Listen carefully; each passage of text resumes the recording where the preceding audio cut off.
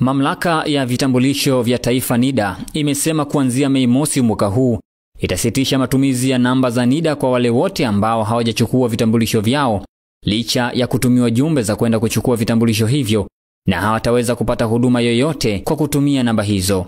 Hayo yamesemwa leo Aprili 14 mwaka 2025 jijini Dar es Salaam na mkurugenzi mkuu wa mamlaka ya vitambulisho vya taifa James Kaji, wakati akizungumza na waandishi wa habari kuhusu muafaka uliofikiwa baada ya vitambulisho hivyo kukaa kwenye ofisi za kata, vijiji na mitaa kwa muda mrefu, huku wananchi husika wakiamini wanaweza kuendelea kupata huduma zinazohitaji vitambulisho vya taifa kwa kutumia namba pekee. Tunapenda kuwajulisha rasmi, si kwa utani,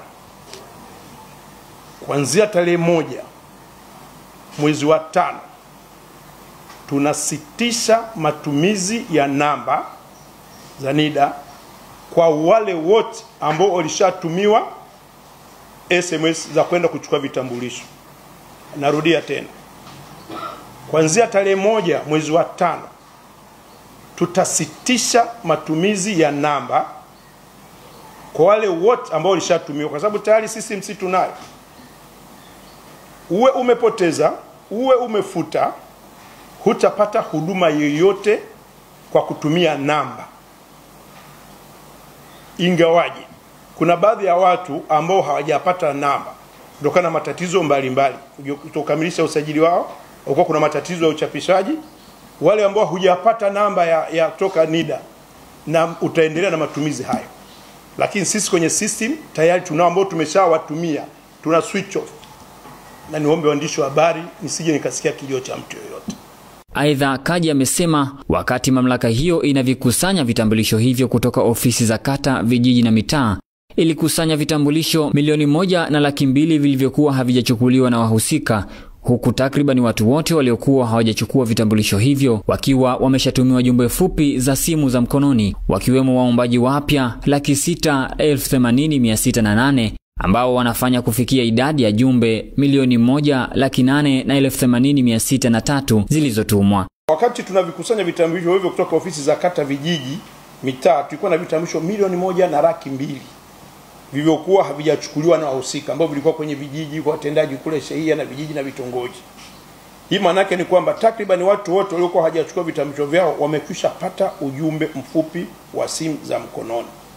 Ziada ya watu 680,608 SMS zilizotumwa, inafanya jumla ya SMS zilizokwisha kutumwa ni 1,880,603 zimetumwa kwa waombaji wapya. Ina maana pale kwa kuna waombaji wapya karibu 600,000 na ambao pia walitumiwa message. Kwa mujibu wa takwimu hizo, idadi ya wananchi waliojitokeza kuchukua vitambulisho baada ya kupokea SMS ni 565,876, ambao ni sawa na 30% tu ya watu waliotumia na kupokea SMS. Hii inasikitisha sana ndugu zangu waandishi, kwa sababu tulituma ujumbe kwamba baada ya mwezi mmoja tutasitisha, lakini tulipata vilio vingi, na nyinyi waandishi wa habari mkiwa mmoja wapo ukitaka kuuliza, sababu kulikuwa na msongamano mkubwa sana wa watu, na baadhi ya ofisi zilifurika, na tukaanza kutoa huduma za mahema kwa ajili ya kuhakikisha wengine na watoto na wengine hivi. Lakini kama kawaida yetu, baadhi ya Watanzania tumekuwa tukidharau, na hii yote ni kwa sababu bado hatukuweza kusitisha kwa kusikiliza kilio cha wananchi na hata baadhi ya viongozi wa kisiasa, viongozi wa kidini, kutokana na namba kubwa ya watu waliokuwa narundikana. Kwa hiyo tukaona tusogeze ile huruma ambayo ni kila muda wa Tanzania, na baadaye yaanza kupokea matusi. Mimi nishatumia message nyingi, na kuna siku nilikuwa kituo kwa Dodoma, wanasema kuna nini, nguvu ya soda hawezi kufuta.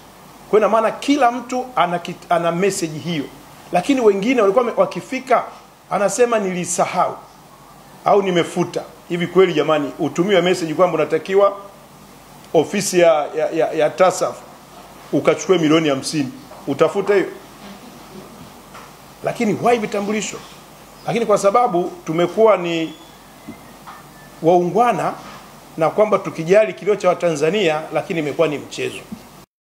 Katika hatua nyingine, Kaji amesema ifikapo mwezi Julai mwaka huu itaanza zoezi la kusajili watoto wadogo kuanzia umri 0, ikiwa ni maelekezo ya Rais Dr. Samia Suluhu Hassan ya mifumo kusomana, Hivyo kupitia utaratibu huo, kila mwananchi bila kujali umri atatumia kitambulisho cha NIDA chenye taarifa zake muhimu zikiwemo vyeti vya kuzaliwa pamoja na bima ya afya, ambapo kwa kuanzia itaanza katika wilaya ya Kilolo, Rungwe na Kusini Unguja. Sasa hivi tunapokwenda, NIDA ni maisha na maisha ni NIDA.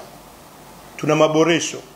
Kuanzia mwezi Julai tunaanza kusajili watoto wadogo kuanzia zilo. Tumarekebisho ya sheria ambayo tunayafanya kwa ajili ya register yote. Ina maana mtoto mdogo anapozaliwa tu anasajiliwa mpaka na kwenye mashule. Ni kwa nini? Maelekezo ya NIDA sasa hivi, kama maelekezo ya Mheshimiwa Rais ambayo tutakuja kueleza huko mbele, tumepewa maelekezo ya jamii namba. Ina maana kwamba kila mwananchi mifumo iweze kusomana, atatumia kitambulisho cha NIDA. Tutakuwa na cheti cha kuzaliwa ndani ya NIDA. Tutakuwa na bima ya afya, na baadhi ya hospitali wameshatangaza wanaanza matumizi ya NIDA na hasa nafikiri Moi. Kwa hiyo ina maana kwa mtoto mdogo ambaye hana NIDA itakuwa. Kwa hiyo tunaanza kusajili mpaka watoto wadogo. Tutaanza na pilot project ya wilaya 3.